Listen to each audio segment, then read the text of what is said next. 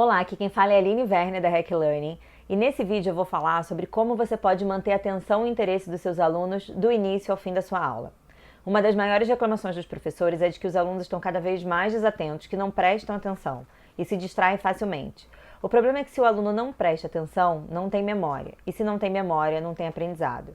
A minha proposta nesse vídeo é trazer uma abordagem diferente para esse problema, através de uma análise de vieses cognitivos ou comportamentais que podem ser considerados no desenho da sua aula para manter a atenção e aumentar o engajamento e participação dos seus alunos.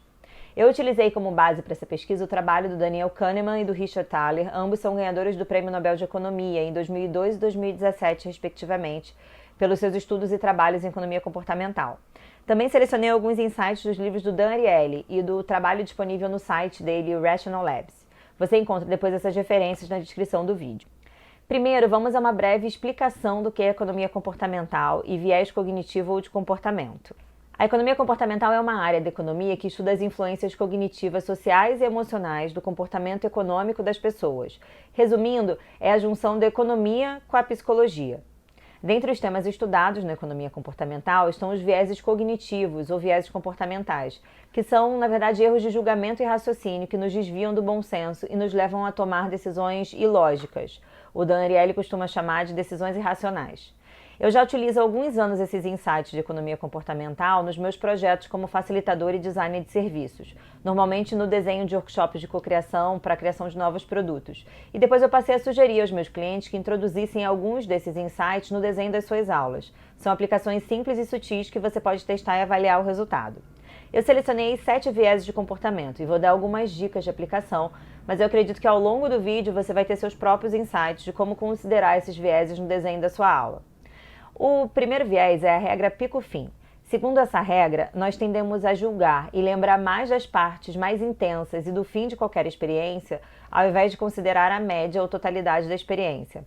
É por isso que na Disney, por exemplo, eles se preocupam com a experiência do cliente até na hora de pegar o carro para sair do estacionamento, porque eles sabem que mesmo que o cliente tenha uma experiência incrível no parque, se ele não achar o carro no estacionamento quando já está cansado, com as crianças chorando, ele provavelmente vai ficar com uma má impressão da experiência como um todo. Na psicologia e neurociência, esse viés é chamado de efeito primazia e recência. Tem um trabalho do Tony Buzan, criador dos mapas mentais, sobre esse tema. Ele diz que o nosso cérebro armazena com mais facilidade as informações do início e do fim de uma sessão de estudos. Nosso caso da aula, né? Isso significa que se você deu uma aula excelente, mas na última parte terminou mal, você provavelmente vai ser avaliado com base nessa experiência final. Mas como você deve considerar a regra pico-fim no desenho da sua aula? Você pode criar alguns pontos altos ao longo da sua aula, relacionados a conceitos importantes de serem memorizados. E lembre-se de deixar um conteúdo importante para o início e para o final da aula.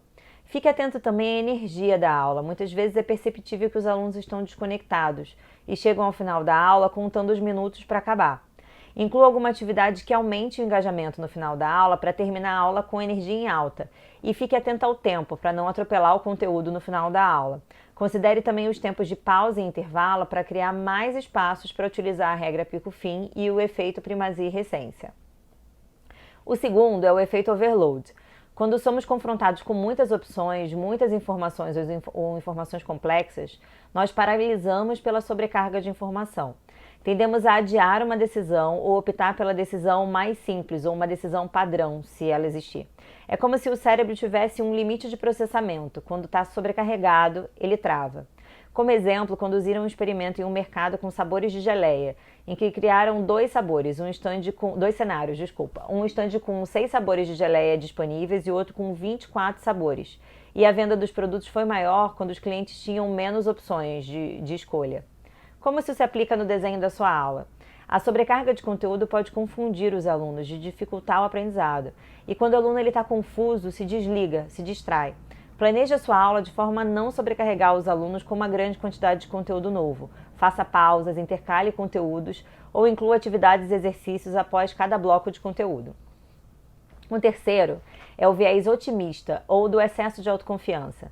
Temos uma tendência a nos autoavaliar melhor do que a média e a superestimar a probabilidade das coisas darem certo e subestimar a probabilidade de darem errado.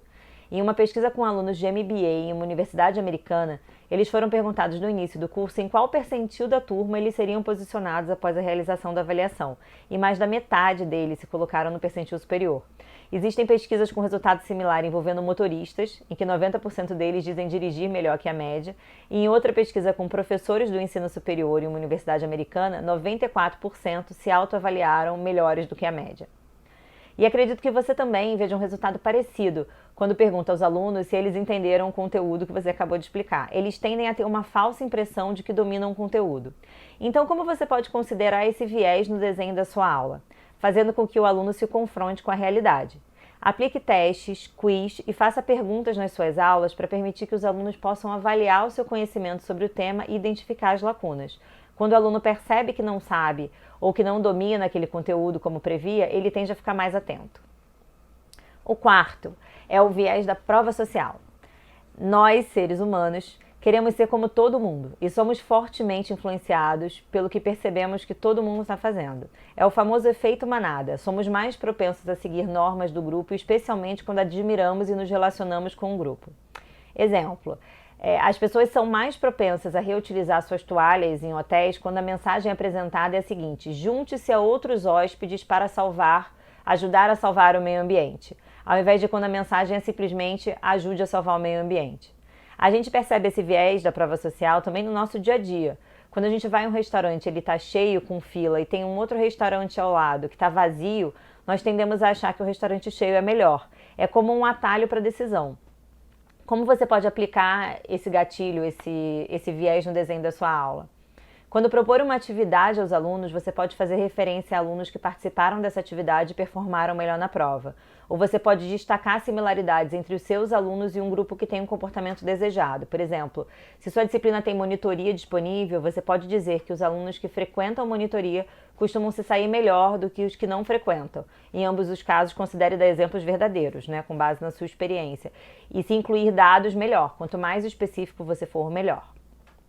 O quinto é o viés da aversão à perda. Esse viés considera que a dor da perda é psicologicamente 2 vezes mais poderosa que o prazer de ganhar. É por isso que as pessoas estão mais dispostas a correr riscos para evitar uma perda do que para obter um ganho. Colocando de outra forma, as pessoas reagem à perda mais fortemente do que reagem ao ganho e tentam impedir as perdas mais do que tentam gerar ganhos. E como você pode usar essa aversão à perda? Isso pode significar, por exemplo, que os alunos tendem a dar pouco valor a atividades que são percebidas como um extra. Por exemplo, uma atividade que pode conceder pontos extras ou uma aula com conteúdo extra, leia-se, que não vai cair na prova. Essa vai engajar e atrair menos do que atividades que contam ponto na média ou uma aula em que os alunos sabem que o que você vai abordar vai cair na prova. A forma como você faz o convite ou coloca a informação influencia no engajamento dos alunos.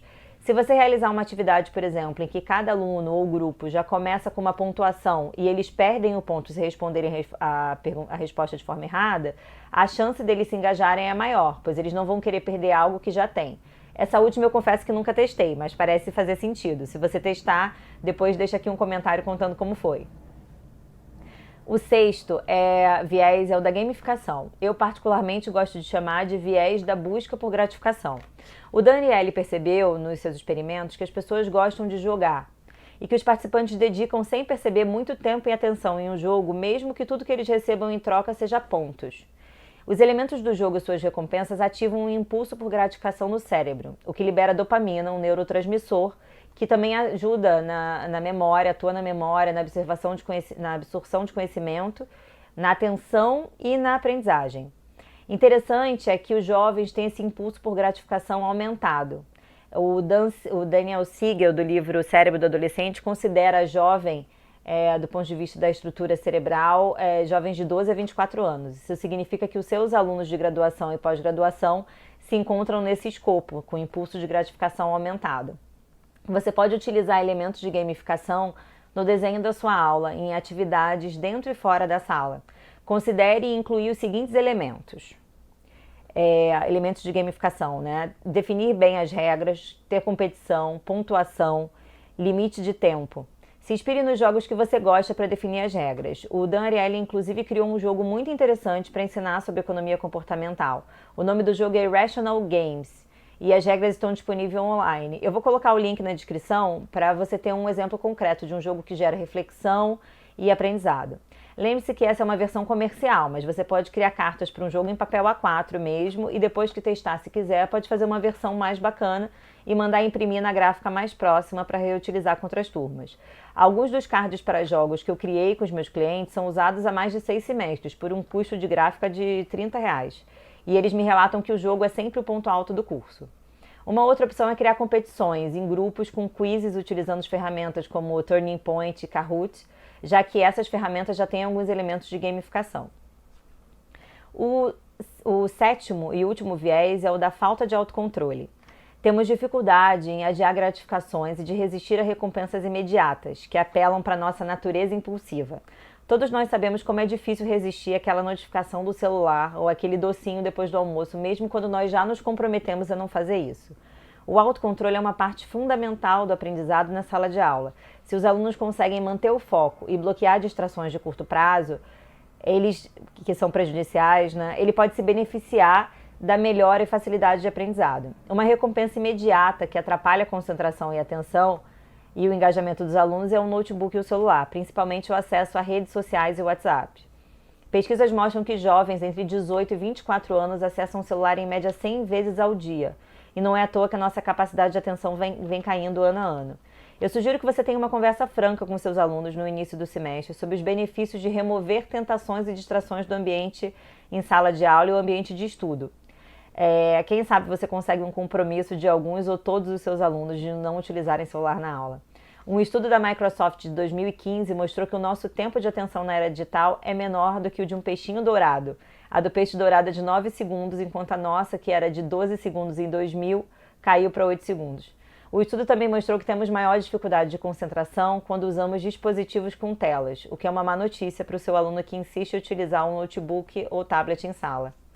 O outro estudo mostrou que alunos que tinham o celular à vista em uma sessão de estudo, mesmo que não estivesse sendo usado, performaram 20% pior em testes cognitivos. A má notícia é que impedir os alunos de checarem o celular gera ansiedade, eleva o nível de estresse, o que não é bom para o aprendizado. Uma sugestão que encontrei em um dos autores do livro The Distracted Mind é estabelecer um compromisso em que você permite que todos chequem as mensagens por 1 minuto antes de começar a aula e combinem um período marcado no relógio em que todos podem checar o celular novamente e você controla por mais 1 minuto. Com o tempo você pode espaçar esses períodos sem celular, o que permite reprogramar o cérebro, e não se distrair. Bem, chegamos ao final do vídeo com esses 7 vieses comportamentais que você deve considerar no desenho da sua aula para gerar mais atenção nos alunos. Nesse vídeo eu mostrei como manter a atenção e engajamento dos alunos utilizando os vieses comportamentais no desenho da sua aula. Eu dei sugestões de como utilizar o viés da regra pico-fim e aproveitar a parte inicial e final da aula para abordar os conteúdos mais relevantes. Falei sobre como e por que você deve evitar a sobrecarga de conteúdo, sobre o porquê você deve aplicar testes e fazer perguntas para permitir aos alunos que avaliem seu conhecimento. Falei sobre como utilizar a aversão à perda e a prova social para estimular comportamentos desejáveis. Falei da gamificação e, por último, da nossa dificuldade de autocontrole e de resistir a tentações e gratificações imediatas. E espero que esse conteúdo tenha te gerado bons insights. E quero aproveitar para indicar também esses livros que comentei no início do vídeo. Olha, esse aqui é o Rápido e Devagar, do Daniel Kahneman. São boas opções de leitura se você quiser se aprofundar no tema, principalmente esse do Kahneman. E esses 2 livros do Richard Thaler, eles são mais específicos, Mas lembre-se que a melhor ferramenta é aquela que você aplica. Então, se você gostou desse vídeo, escolha uma dessas estratégias para colocar em prática na sua próxima aula e deixe aqui nos comentários as suas ideias para manter a atenção e aumentar o engajamento dos alunos. Nos vemos no próximo vídeo. Até lá!